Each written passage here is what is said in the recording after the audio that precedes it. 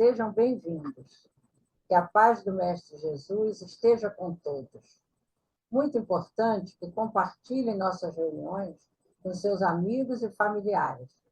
E também que não se esqueçam de dar o like, pois assim o YouTube disponibilizará a mais pessoas o acesso às nossas reuniões virtuais. Nesse momento, daremos início à nossa reunião. Nossos estudos, normalmente, são baseados no Evangelho segundo o Espiritismo e no Livro dos Espíritos, os quais estudamos alternadamente. Mas, excepcionalmente, em dezembro, por ser o mês dedicado ao nosso Mestre Jesus, nossos estudos serão sobre o Evangelho.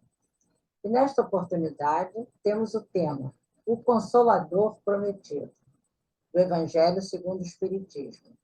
Acompanharemos as reflexões do nosso expositor, Tiago Martinez, integrante do Lar de Teresa. Tiago, suas palavras iniciais. Olá a todos, é uma alegria muito grande estar aqui hoje falando sobre Jesus. Vamos agora passar a nossa leitura inicial, que tem por título O Grande Futuro. Mas agora o meu reino não é daqui. Palavras de Jesus que João registrou. Desde os primórdios do cristianismo, observamos aprendizes que se retiram deliberadamente do mundo, alegando que o reino do Senhor não pertence à terra. Ajoelham-se por tempo indeterminado nas casas de adoração e acreditam efetuar na fuga a realização da santidade. Muitos cruzam os braços à frente dos serviços de regeneração e, quando interrogados, expressam revolta pelos quadros chocantes que a experiência terrena lhes oferece, reportando-se ao Cristo, diante de Pilatos, quando o Mestre asseverou que o seu reino ainda não se instalara nos círculos da luta humana. No entanto, é justo ponderar que o Cristo não deserdou o planeta. A palavra dele não afiançou a negação absoluta da felicidade celeste para a Terra, mas apenas definiu a paisagem então existente, sem esquecer a esperança no porvir. O Mestre esclareceu, mas agora o meu reino não é daqui. Semelhante afirmativa revela-lhe a confiança. Jesus, portanto, não pôde endossar a falsa atitude dos operários em desalento, tão só porque a sombra se fez mais densa em torno de problemas transitórios ou porque as feridas humanas se fazem às vezes mais dolorosas. Tais ocorrências, muitas vezes, obedecem à pura ilusão visual. A atividade divina jamais cessa, e justamente no quadro da luta benéfica é que o discípulo esculpirá a própria vitória. Não nos cabe, portanto, a deserção pela atitude contemplativa, e sim avançar confiantemente para o grande futuro. Esse texto é de Emmanuel, está no livro Pão Nosso, no capítulo 133, e a psicografia do nosso querido Francisco Cândido Xavier. Passaremos agora a nossa prece inicial, preparando-nos ainda mais para o tema estudado neste dia. Querido Mestre Jesus, aqui estamos mais uma vez, Senhor, para estudarmos os seus ensinamentos. Envolva e fortaleça os nossos bons propósitos, envolvendo o nosso palestrante, nosso irmão Tiago, para que ele divida conosco o resultado dos seus estudos e das suas pesquisas. E assim, que estejamos também com as nossas mentes, as nossas percepções alargadas, para entendermos bem o que nos será explicado. Tiago abordará o tema O Consolador Prometido, do Evangelho segundo o Espiritismo, está no capítulo 6º, o Cristo Consolador, nos itens 3 e 4. Com as nossas melhores vibrações, Tiago, a palavra é sua. Que a paz de Jesus esteja conosco. O nosso tema de hoje, ele nos leva aos últimos momentos da missão de Jesus aqui conosco na Terra. Na prévia da noite anterior em que aconteceria a crucificação, ele já sentia, já pressentia que aqueles seriam os momentos finais de sua estadia aqui conosco. Então ele se reúne com seus discípulos na última ceia, onde uma série de eventos relevantes aconteceriam. Entre eles, um discurso que ele fez, o chamado Discurso do Cenáculo, após comer a Páscoa com os discípulos. Era o feriado, aproximava-se a data comemorativa da Páscoa, onde se comemorava a libertação do cativeiro do Egito pelo povo israelita. E nesse discurso que ele fez, nessa fala aos discípulos, e que é registrado pelo evangelista João, ele profere a seguinte frase, ele faz uma promessa muito especial que foi colocada por Allan Kardec no item 3 do capítulo 6 do Evangelho segundo o Espiritismo. E ela diz assim: se me amais, guardai os meus mandamentos. E eu rogarei a meu Pai, e ele vos enviará outro Consolador, a fim de que fique eternamente convosco. O Espírito de verdade, que o mundo não pode receber, porque não vê e absolutamente não o conhece. Mas quanto a vós, conhecê-lo-eis, porque ficará convosco e estará em vós. Porém, o Consolador, que é o Santo Espírito, que meu Pai enviará em meu nome, vos ensinará todas as coisas e vos fará recordar tudo o que vos tenho dito. E é sobre essa promessa que nós vamos conversar no nosso estudo de hoje. Então, o primeiro ponto, né, dessa fala de Jesus, essa fala final, ensinos finais de Jesus aos apóstolos, é sobre o destinatário dessa promessa. E quem é? Claramente ela é destinada ali aos apóstolos que estavam com ele dividindo a ceia, mas não é apenas a eles. Os apóstolos ali naquele momento, eles representavam todos aqueles que futuramente viriam a ser seguidores do Cristo. E com a mensagem dele se estende a todos nós, pode-se dizer que os apóstolos ali estavam representando todas as gerações futuras da humanidade. Um segundo ponto importante é que esse discurso, essa fala de Jesus, esse trecho, pelo menos, ele começa com uma exortação muito específica. Ele diz: se vocês me amam, guardem os meus mandamentos. Ou seja, este é um chamado à ação, é um apelo no campo das atitudes. Os que querem ser discípulos do Cristo, acima de tudo, devem mostrar agindo de acordo com a maneira em que seu mestre lhes orientou. Esses mandamentos estão espalhados por todo o Evangelho, mas eles são reunidos em duas máximas: o amor a Deus sobre todas as coisas e ao próximo como a si mesmo. O amor a Deus, ele significa o respeito à lei divina, aguardar a vontade do Pai. E o amor ao próximo como a si mesmo é aplicar ao semelhante a mesma consideração que temos conosco mesmo, conosco próprios. Quem é o nosso próximo? Na parábola do bom samaritano, Jesus nos ensinou que o próximo é qualquer um que estiver pelo nosso caminho, que cair pela estrada e necessitar de um apoio nosso. Todos esses serão o nosso próximo. Mas vejam, qual é a base em que o Cristo se apoia para pedir que os apóstolos cumpram, sigam esses mandamentos? Ele diz: se me amam, guardem meus mandamentos. Ou seja, é uma ligação do sentimento. Né? O tempo de vivência dos apóstolos com Jesus foi relativamente curto, mas foi muito intenso. Passaram por diversas situações, ele lhes trouxe vários ensinos. Então, eles criaram uma ligação profunda com o Mestre. E o amavam verdadeiramente com todo o seu coração. Jesus ele não apresentou grandes elaborações teóricas em seu ensino. Ele se calcou principalmente em seus exemplos, em suas atitudes, nos feitos que ele produziu. Ele se apoiou nas profecias do Messias, nas parábolas e nas alegorias que ele trouxe, que indicavam os caminhos que devemos percorrer para chegar ao reino dos céus. Ele falou do reino dos céus, também chamado do reino de Deus, que representa a vida futura. E tudo, o significado que ela tem sobre o domínio de Deus, que é o nosso Pai. O ensino de Jesus, Kardec nos diz na Gênesis, ele é calcado uma nova compreensão do papel de Deus, do que significa a lei divina. Os israelitas já tinham conhecimento do Deus único, né, desde da formação do seu povo, e em particular da forma como consolidada pela compreensão da lei mosaica, né, pelo trabalho de Moisés, a revelação mosaica. Mas quando Jesus trouxe essa nova visão de um Deus que é um Pai de amor, de bondade, de misericórdia, ele trouxe também o conhecimento da vida futura, lastreado na misericórdia de Deus. E é importante, então, qual é a base de todo o que Jesus apresenta para que os discípulos e os seus seguidores creiam nele? É a confiança nas palavras do próprio Cristo, com base em tudo que ele produziu, tudo que ele testemunhou e vivenciou. Poderíamos acrescentar que o seu ensino é eminentemente intuitivo. Ele fala a intuição das pessoas, ele chama ao sentimento daqueles que o ouvem.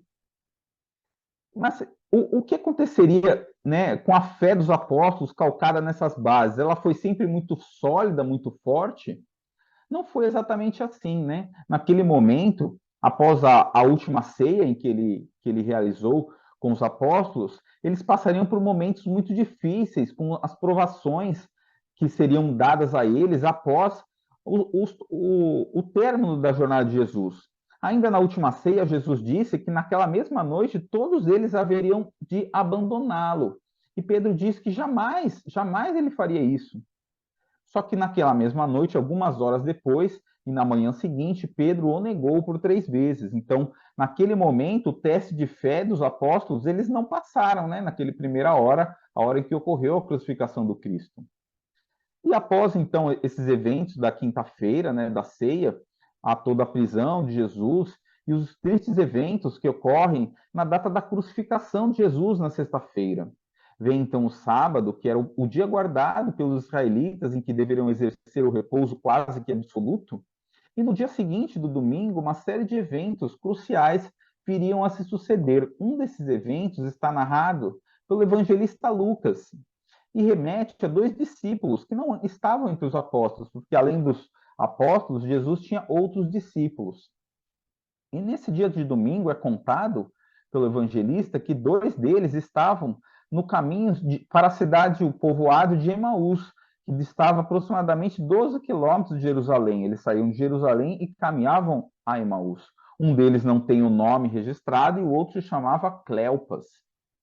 Enquanto eles estavam no caminho, comentando sobre os eventos que se passaram com Jesus, um homem que passava também pelo caminho pergunta a eles sobre o que eles estavam conversando. E os dois param, cheios de tristeza em seus rostos, e Cleopas lhe responde: Você deve ser a única pessoa que estava em Jerusalém por esses dias e não soube dos eventos terríveis que ali aconteceram. E o homem lhe pergunta: Que eventos seriam esses?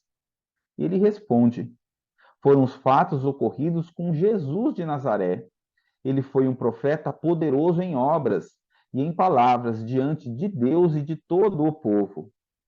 Mas os nossos principais sacerdotes o prenderam e o enviaram aos romanos para ser morto por eles. E assim o fizeram, o crucificando. Nós pensávamos que ele era o Cristo que iria libertar a Israel. Além disso, hoje de manhã mais cedo, umas mulheres de nosso grupo de discípulos foram ao túmulo dele e disseram que o seu corpo havia desaparecido e que um anjo disse a elas que Jesus retornaria dos mortos. Outros homens de nosso grupo foram lá conferir e constataram que, de fato, o corpo estava desaparecido, mas nenhum deles o viu. E enquanto eles explicavam ao homem do caminho esses eventos, a tristeza em sua voz deixava muito claro que eles não acreditavam que Jesus havia retornado dos mortos. Ao que o homem então lhes responde: Vocês são insensatos e de coração lento. É tão difícil assim acreditar em tudo o que disseram os profetas? E então o homem começa a lhes explicar, desde Moisés, passando por todos os profetas que trataram da vinda do Cristo. Ele lhes diz, comentando as Escrituras, e nisso eles retomam o seu caminho, que todos eles diziam que o Cristo haveria passar por grandes sofrimentos e grandes tormentos antes que ele fosse levado à glória. E quando eles vão chegando em Emaús, o homem sinalizava que continuaria em seu caminho, mas os dois o convidam a permanecer com eles. Eles dizem que já está entardecendo, né, está ficando tarde, que ele permanecesse então ceasse e fizesse uma refeição junto com eles e permanecesse com eles durante a noite. E o homem acede e decide então ficar com eles ali. E quando eles vão fazer uma refeição, o homem parte o pão e pede a bênção, faz uma oração. E na hora que ele divide o pão e entrega, o que acontece? A visão espiritual dos homens, os seus olhos se abrem e eles reconhecem quem era o homem que estava na frente deles, era o próprio Jesus. Mas logo em seguida o que acontece? Jesus desaparece na frente deles. E eles ficam, claro, muito felizes, bastante felizes, e começam a comentar como ao longo do caminho, enquanto ele lhes explicava as escrituras, os seus corações ardiam, ou seja, eles sentiam o calor e a alegria voltando aos seus corações. E os dois discípulos, então, na mesma hora, eles se levantam e voltam correndo para Jerusalém para contar aos demais discípulos e apóstolos o que haviam visto. E essa é uma passagem que ela nos ilustra as diversas formas pelas quais a fé se sustenta e traz a consolação. Os discípulos de Emaús haviam aceitado Cristo, mas ainda não o haviam compreendido. O povo israelita sofria com o domínio dos romanos, e eles esperavam que quando viesse o Messias, ele fosse um libertador, os retirasse daquele domínio dos romanos.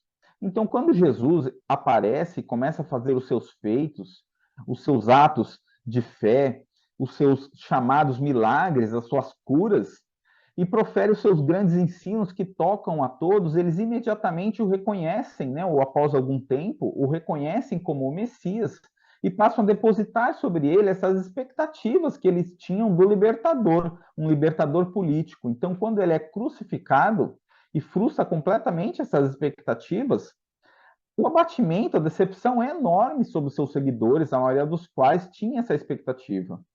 O evangelista diz, então, que na hora em que Jesus encontra com eles no caminho, os seus olhos estavam cerrados. Então, além de não, primeiramente, eles quando receberam o testemunho das mulheres que foram ao túmulo, eles não acreditaram também na própria palavra de Jesus e dos profetas que previam o seu retorno. Quando Jesus passa por eles, eles estão com os olhos cerrados, isso significa tanto que do ponto de vista intelectual, a sua compreensão está limitada, quanto do ponto de vista do sentimento. Porque é verdade que Jesus não estava no seu corpo de carne habitual, ele estava com o seu corpo espiritual, como diz Allan Kardec na Gênese, né? E esse corpo, ele era diferente do corpo que ele esteve aqui com eles, tanto que na maioria de suas aparições, né, dos seus surgimentos após a crucificação, aqueles que o vislumbram demoram para reconhecê-lo. Mas apesar dessa contingência, o bloqueio que eles tinham ali em ver Jesus era também espiritual.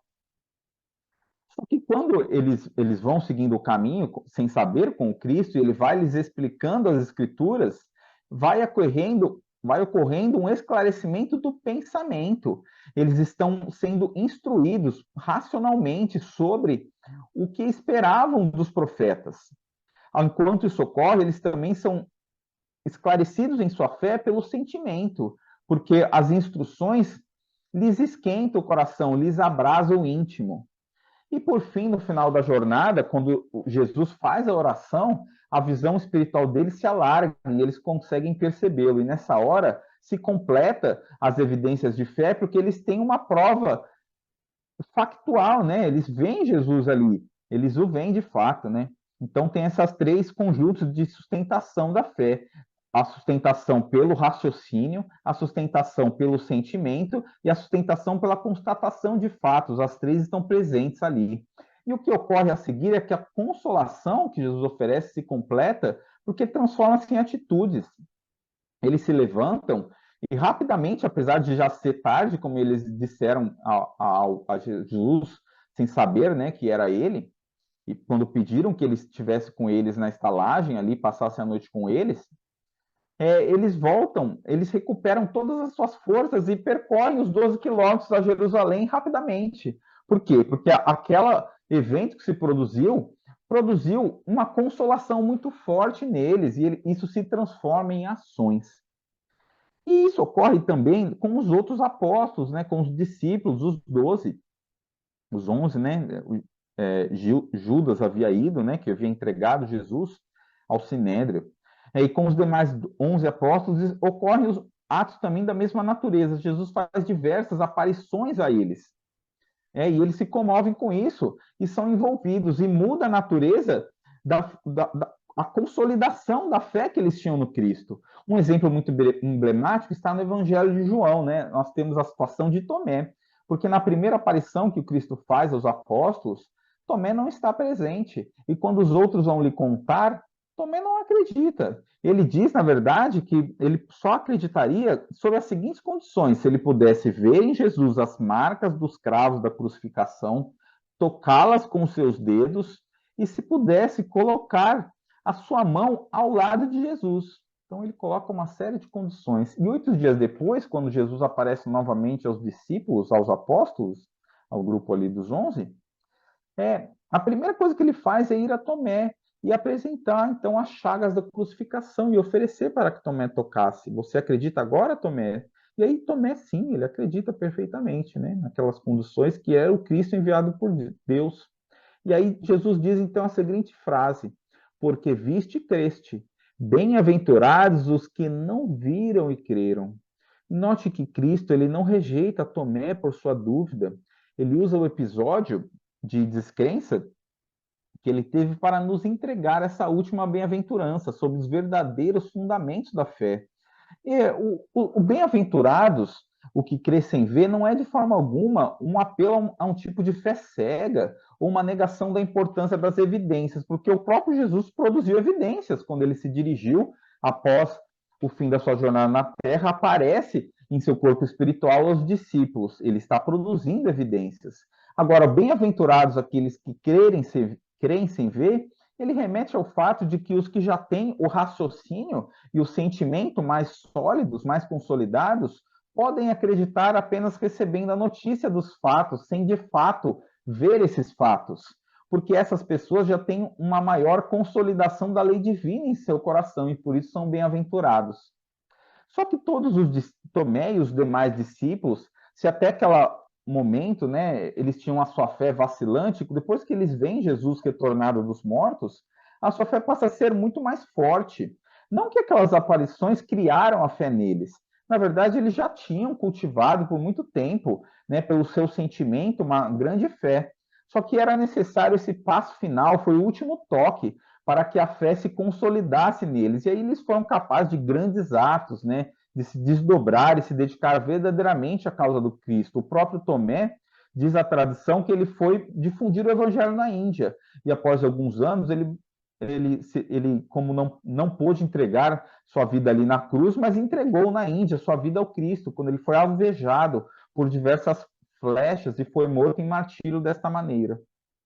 E voltamos então ao momento da última ceia, quando Cristo faz a sua promessa do Consolador. Diz ele: se me amais, guardai os meus mandamentos, e eu rogarei a meu Pai, e ele vos enviará outro Consolador, a fim de que fique eternamente convosco. E a primeira informação relevante sobre este Consolador é que ele é outro, ou seja, ele não é o próprio Cristo. Isso é relevante também porque, imaginem, né, se um espírito da envergadura do Cristo ficasse o tempo conosco aqui na Terra, todo o tempo, se ele viesse e nunca mais se fosse, né? Se isso ocorresse, né, isso, de certa forma, reduziria a autonomia das responsabilidades que temos, porque ficaríamos sempre aguardando a sua orientação, né?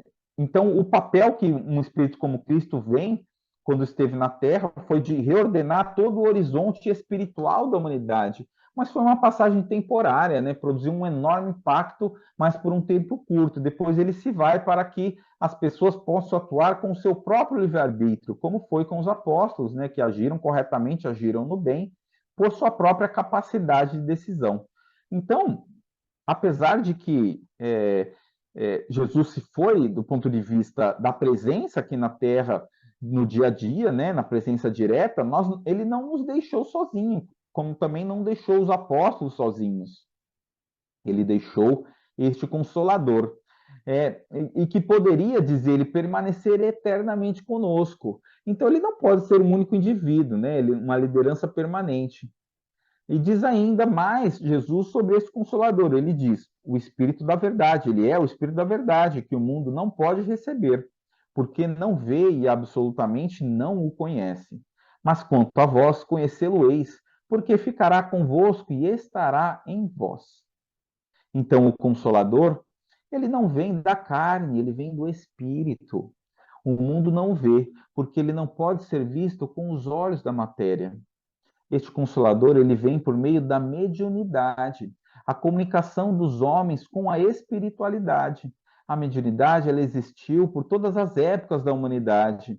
E ela existe, né? Mesmo que quando nós não temos ciência dela, o contato conosco, o contato que nós temos com a espiritualidade, ele é permanente. Ele é consciente ou nós não disso, a espiritualidade está sempre influente em nossos atos, né? Como nós aprendemos na codificação espírita. Só que Jesus, ele alertou, né? Quando ele falou, ele teve suas falas sobre mediunidade, ele alertou sobre os falsos profetas, né? Ele havia dito já para não acreditar em todos aqueles espíritos que dizem ser de Deus, mas conferir se eles de fato são de Deus. Então, aqui nesse momento da promessa do Consolador, ele está dizendo o seguinte, que se os discípulos guardarem os seus ensinos, eles seriam capazes de sintonizar com a espiritualidade superior, que ficaria com eles e estaria neles, ou seja, uma clara referência à mediunidade. Nas interpretações tradicionais do cristianismo, né, muitos entendem que a promessa do Consolador ela foi cumprida no dia do Pentecostes. O que é o Pentecostes? É uma data que ela é vinculada ao intercâmbio com a espiritualidade. Ela é uma festa já que vem do povo judeu, uma das principais festas da cultura judaica, que ela comemora os 50 dias depois da Páscoa, né? E o Penta vem do número 5, por isso Pentecostes. O evento que ocorreu 50 dias após a libertação dos hebreus do Egito foi a ida de Moisés ao Monte Sinai. Ele subiu o monte e lá ele recebeu as tábuas da lei, ele recebeu os 10 mandamentos. E é um grande marco da mediunidade consoladora. É um marco de como a mediunidade traz revelações para adiantar o progresso espiritual da humanidade. E ali no momento, a data do Pentecostes era pouco depois da Páscoa, então ela ocorreu um pouco depois dessas aparições que Jesus fez, né? O Ato dos Apóstolos diz que foram 40 dias que Jesus esteve em aparições com os apóstolos. E aí, então, portanto, 10 dias depois, ocorreu o evento do Pentecostes, os discípulos ali em Jerusalém.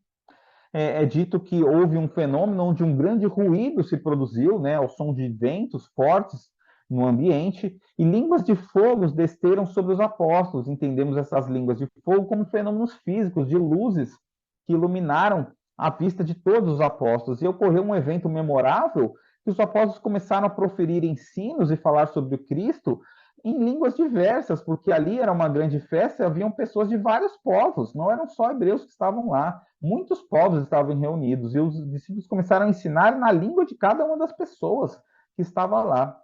Então, este evento é um evento de fatos que foram produzidos e que tiveram um efeito de produzir convicções, né? Produção pelos fatos, a questão do ver para crer. Aquele momento foi isso que se produziu. Mas essa não poderia ser foi um início da mediunidade com Cristo, né? Até André Luiz diz, né, no livro Mecanismo da Mediunidade, em seu capítulo 23, que o Pentecoste marca o início do trabalho dos apóstolos sob a inspiração do mais alto. Mas ela não é o cumprimento da promessa do Consolador. Ela ocorreu apenas, como diz Kardec também, em A Gênese, poucos dias após a ida de Jesus. Qualquer ensino novo que viesse, o próprio Jesus teria condições de ofertar. Os apóstolos não poderiam ter esquecido o que Cristo disse em tempo tão curto. Porque disse também, né, Kardec coloca aqui nesse capítulo do ensino que Cristo deu sobre o Consolador. Ele diz que o Consolador é o Santo Espírito, que meu Pai enviará em meu nome, vos ensinará todas as coisas e vos fará recordar tudo o que vos tenho dito. Então, há essas mais duas características do Consolador. Ele fará ensinar todas as coisas, ou seja, ele trará ensinos novos, e fará recordar o que foi dito. Isso só efetivamente seria produzido séculos depois, porque naquele momento a humanidade ainda não estava preparada para receber esses ensinos. Na questão 204 do livro O Consolador de Emmanuel, pela psicografia de Chico Xavier, é questionado se a humanidade poderia se elevar a Deus apenas com o progresso maior, o progresso moral, sem os valores da intelectualidade. Ao que Emmanuel responde que existem duas asas que elevam a compreensão do homem, que elevam o homem à perfeição infinita, a asa do sentimento e da sabedoria. Na nossa compreensão humana, nós associamos uma ao progresso moral e a outra ao progresso intelectual. E os dois são necessários para completar esse voo rumo a Deus. Mas Emmanuel diz que entre os dois ele considera que o progresso moral é superior ao intelectual. Porque quando o progresso intelectual se faz sem o moral, há sempre o risco das quedas, né? Se eu tenho os recursos da inteligência e não tenho a moral para entrar, eu estou mais sujeito às quedas, diz Emmanuel. Enquanto a moral, ela nunca é excessiva, ela é um guia seguro à inteligência. Então, nós compreendemos por que o Cristo priorizou o ensino moral. Só que a razão também é necessária, o espírito, né? Então, naqueles tempos primeiros do cristianismo primitivo, além dos grandes testemunhos de fé que foram produzidos por aqueles homens tocados em seus sentimentos pela mensagem do Cristo, também foram realizadas as grandes construções da fé dos teólogos, né? Que vieram e construíram as primeiras elaborações racionais sobre a mensagem do Cristo, construíram sistemas filosóficos para tentar dar uma justificativa mais racional para o que o Cristo disse, né? Construir uma reflexão maior, né, do ponto de vista da razão. E foram as melhores explicações que esses grandes pensadores puderam produzir com os seus conhecimentos da época, né? Como Santo Agostinho e outros que viveram naquele período. Só que muitos dos conceitos ali, nos séculos futuros, praticamente, em especial os séculos próximos a nós, né? Quando a razão humana se libertou da religião e teve só as próprias reflexões, a ciência avançou vastamente. Muitas pessoas chegaram à conclusão que certos conceitos que estavam ali presentes desde aqueles tempos nas religiões tradicionais não eram suficientes. Conceitos como a eternidade das penas, o céu e o inferno, onde o julgamento feito por Deus é eterno e definitivo, o pecado original e uma série de conceitos que vêm desde essa época não são mais compatíveis para muitas pessoas com a razão contemporânea. E com isso são necessários novos fundamentos para conciliar a fé e a razão. Diz a questão 780 do Livro dos Espíritos que a moral e a inteligência são duas forças que só com o tempo chegam a se equilibrar. E eis então que, em meados do século XIX, uma série de fenômenos varreu o mundo, desde Hydesville, nos Estados Unidos, até as mesas girantes nos salões da Europa. O mundo espiritual se abre e chama todos aqueles que estão com os olhos abertos para olhar e os ouvidos também para ouvir, para que venham presenciar os fenômenos. Mas os fenômenos é apenas, digamos, um chamado de atenção. O que realmente viria a cumprir a promessa do Consolador prometido por Jesus é a publicação do Livro dos Espíritos e as demais obras da codificação espírita. Porque os fenômenos chamam a reflexão, contudo, são os ensinos enviados pelos espíritos, pela via mediúnica, liderados pelo espírito da verdade e coordenados e sistematizados por Kardec em seu trabalho de codificador da doutrina, que vem então à luz da doutrina espírita, essa sim o consolador que há de permanecer eternamente conosco. É uma doutrina consoladora porque ela permite entender as razões das aflições.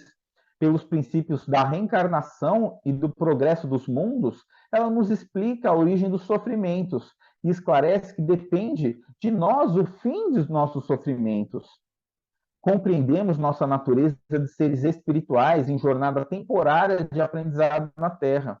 Pela comunicação dos espíritos, nós recebemos notícias de como funcionam as coisas no mundo espiritual. Então, o que a vida futura, que era apenas algo vago, passa a ganhar áreas de concretude, é algo mais palpável a nós. Nós entendemos também a justiça divina, que nos trata como filhos que devem percorrer o seu caminho, moldando a sua própria trajetória com uma perfeição que o Pai há de nos entregar a todos. Só que a moral que ela nos ensina não é uma moral nova, é a mesma que o Cristo já nos trouxe há 2000 anos atrás e que as religiões já trariam.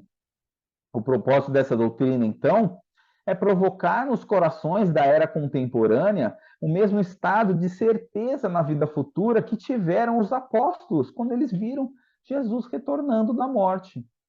E que essa certeza se produz em nós, e assim como os apóstolos se dedicaram profundamente à vivência da mensagem de Cristo, com essa certeza da fé raciocinada, que nós possamos também nos dedicar à nossa construção moral. Agora, em linguagem franca e direta, que os Espíritos vêm nos ensinar tudo aquilo que estava oculto em parábolas, nós podemos nos debruçar sobre os ensinos do Cristo e ter uma nova condição de compreensão e de inspiração para nossas próprias atitudes. No mês de dezembro, nós recordamos também das histórias referentes ao nascimento de Jesus, porque se aproxima o Natal, né? O momento que nós comemoramos a vinda de Jesus à Terra. E é marcante, dentre essas histórias, o relato do evangelista Mateus, quando ele conta que vieram uns magos do Oriente, que queriam reverenciar ao rei do mundo, né? Ao rei dos judeus, que nasceu, e que eles viram numa estrela no céu. Eles vão a Herodes, na cidade de Jerusalém, procurando por esse rei dos judeus. E Herodes é orientado pelos sacerdotes do templo de que esse rei deveria nascer na cidade de Belém, e pede aos magos que se o encontrassem em Belém viessem a eles contar de volta a Herodes. E Herodes tinha más intenções, né? Porque ele se preocupava que esse rei pudesse tirar o seu próprio trono que ele estava ocupando enquanto rei dos judeus naquele momento. Só que quando os reis magos vão a Belém, eles encontram, orientados pela estrela, Maria com Jesus em seu colo e prestam sua reverência e dão seus presentes de ouro, incenso e mirra. E aí depois, orientados pela espiritualidade, eles não voltam e contam a Herodes. Herodes fica furioso e resolve tomar uma atitude. José é orientado pela espiritualidade que haveria algum tipo de perseguição por parte de Herodes, então ele deveria ir para o Egito até que Herodes falecesse. José vai ao Egito, mas Herodes determina que sejam sacrificados, sejam mortos as crianças, os meninos com menos de 2 anos, e se produz esse fato terrível sobre a cidade de Belém. E José permanece no Egito até que, com o falecimento de Herodes, eles vão se estabelecer em Nazaré, da onde depois, anos depois, Jesus partiria para levar a sua mensagem ao mundo. A tradição estabeleceu que eram 3 os reis magos, né? Embora isso não seja dito no Evangelho. Os reis magos, eles levam esse título de mago, né? Dona Brunilde nos explica em seu livro, Ele veio, pão da vida e luz do mundo, que o título de mage, ou mago, era dado no Oriente aos sábios que estudavam várias ciências, em especial a astronomia, e outras como a medicina e diversas outras. Embora o texto bíblico não nos diga quantos eram os sábios, a tradição cristã estabeleceu que foram 3, Baltazar, Melquior e Gaspar, os nomes que a tradição propôs a esses magos, né? E há uma história escrita muito bela no final do século XIX pelo pastor, escritor e diplomata americano Henry Van Dyke, que nos ajuda a pensar sobre esse tema. Van Dyke diz que esse ano de sua vida foi um ano muito difícil, né, que seu pai faleceu e foi um ano difícil que ele teve de seu viver. E uma certa noite ele conta um período que ele estudava as viagens do Oriente e as histórias que se contavam sobre os reis magos. Ele conta que lhe veio em sua mente de uma vez essa história que contaremos. E sobre os esclarecimentos do Consolador Prometido, nós entendemos que aí é o apoio da espiritualidade benfazeja, né, que ela entrega a todos aqueles que têm o coração vinculado ao Cristo, né, e que procuram vivenciar o bem, de consolar os corações humanos, no caso, pela mediunidade de inspiração. E a história que ele nos trouxe é a história de Artaban, o 4º rei mago. Vamos contá-la em uma versão resumida. Né? Artaban era um sábio do Oriente também, um mago, e que ele era amigo dos três magos da Bíblia, né? E ele, junto com eles, percebeu, por meio de uma estrela, que viria a nascer o rei do mundo, que viria a cumprir uma série de profecias de vários povos da antiguidade. E ele tinha uma grande ânsia se ele poderia lhe ensinar o sentido da vida, esse rei que viria a nascer. Então ele tinha vontade de levar presentes valiosos a ele e ficar a seu serviço e conhecê-lo, o que ele tinha para lhe ensinar no futuro sobre os significados da vida. Então Artaban combinou com seus colegas magos um local apropriado onde haveriam de se encontrar. E ele vendeu todos os bens que possuía, que eram em grande monta, e o colocou os recursos em 3 gemas, um rubi, uma safira e um diamante de grande valor.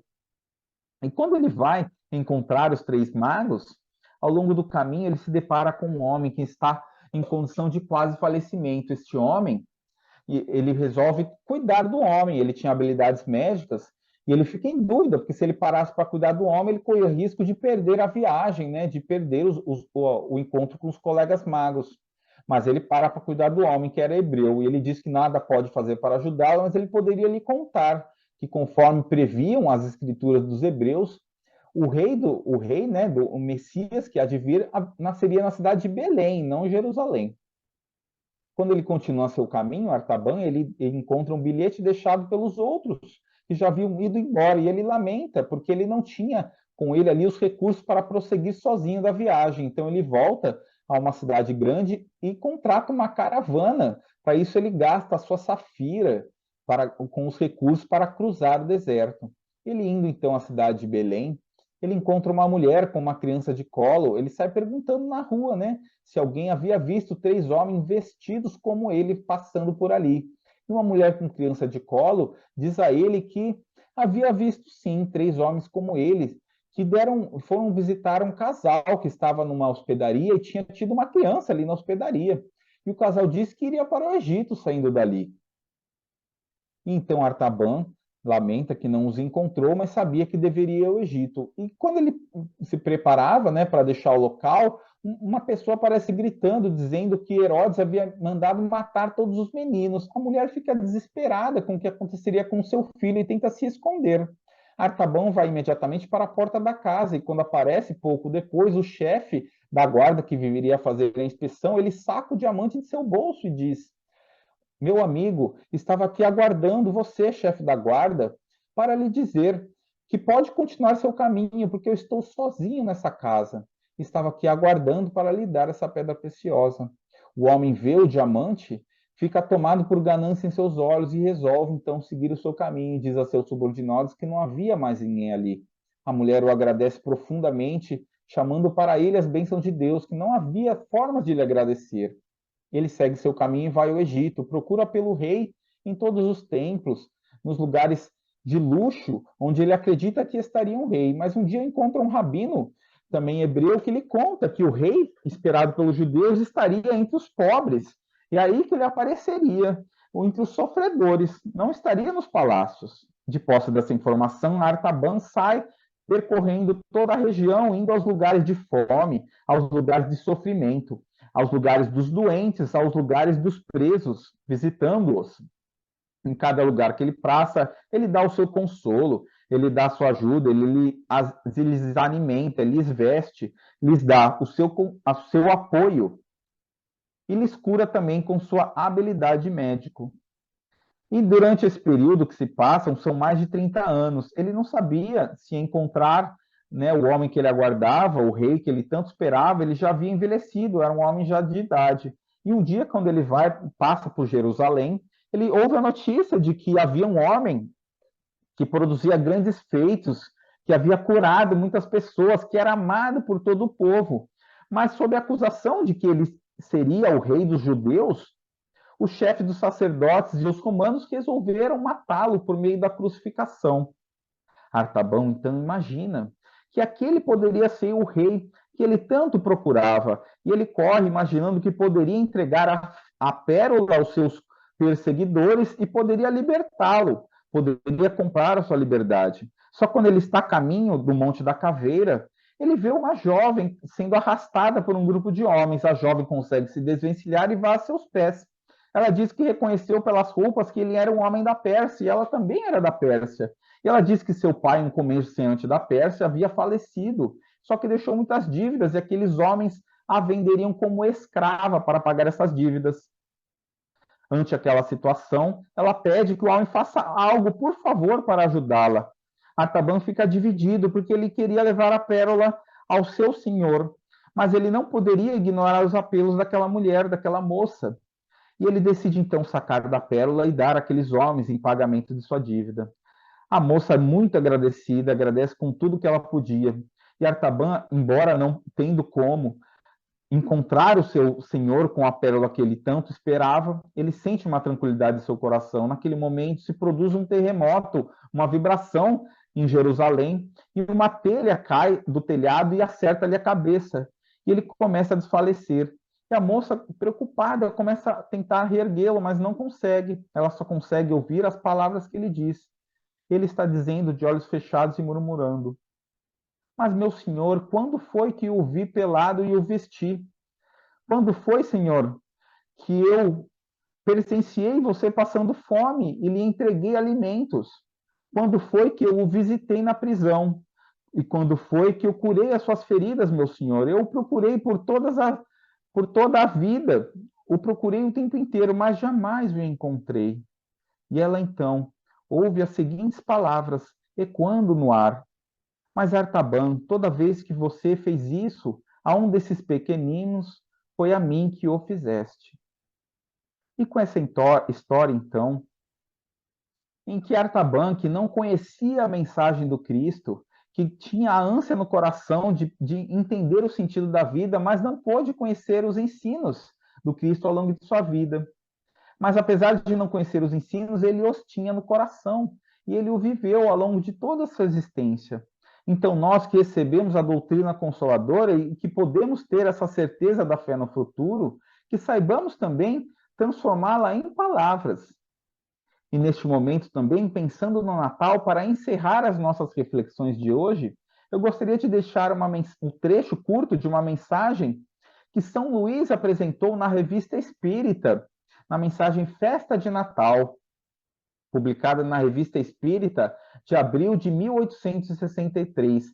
Diz assim: Festa de Natal é a noite em que, no mundo cristão, se festeja a natividade do menino Jesus. Mas vós, meus irmãos, deveis também alegrar-vos e festejar o nascimento da nova doutrina espírita. Vê-la-eis crescer como a criança. Ela virá, como ele, esclarecer os homens e vai mostrar o caminho que devem percorrer. Em breve verei os reis, como os magos, vir também a esta doutrina pedir o socorro, que não encontro nas ideias antigas. Não vos trarão incenso e mirra, mas prosternar-se-ão ante de coração ante as ideias novas do Espiritismo. Já não vedes brilhar a estrela que os deve guiar? Coragem, pois, meus irmãos, coragem, e em breve, com o mundo inteiro, podereis celebrar a grande festa da regeneração da humanidade. E que então a paz do Cristo esteja com todos nós. Graças a Deus. Agradecemos ao nosso irmão de ideal, Tiago Martinez, por sua disponibilidade carinhosa, atendendo mais uma vez ao nosso convite e brindando-nos com esta consistente e esclarecedora exposição. E agradecemos também a todos que nos honraram com a sua atenção. Você gostou? Então não se esqueça de dar o like. E renovamos o convite para que estejamos novamente juntos na próxima segunda-feira, às 19 horas, quando teremos o tema O Advento do Espírito de Verdade, também do Evangelho segundo o Espiritismo. Agora a nossa prece de encerramento, né, terminando o nosso trabalho de hoje. Querido Mestre Jesus, profundamente agradecidos por estas reflexões tão valiosas, agradecendo a esta casa que, mais uma vez, nos oferece essa possibilidade de estudos. Agradecemos a Jesus, a todos os mentores de nossa casa, e que possamos estar juntos na próxima segunda-feira para darmos continuidade a esses estudos. E assim, mestre querido, gratos por tudo, pedimos a sua permissão para encerrarmos os estudos do dia de hoje. Que assim seja, graças a Deus.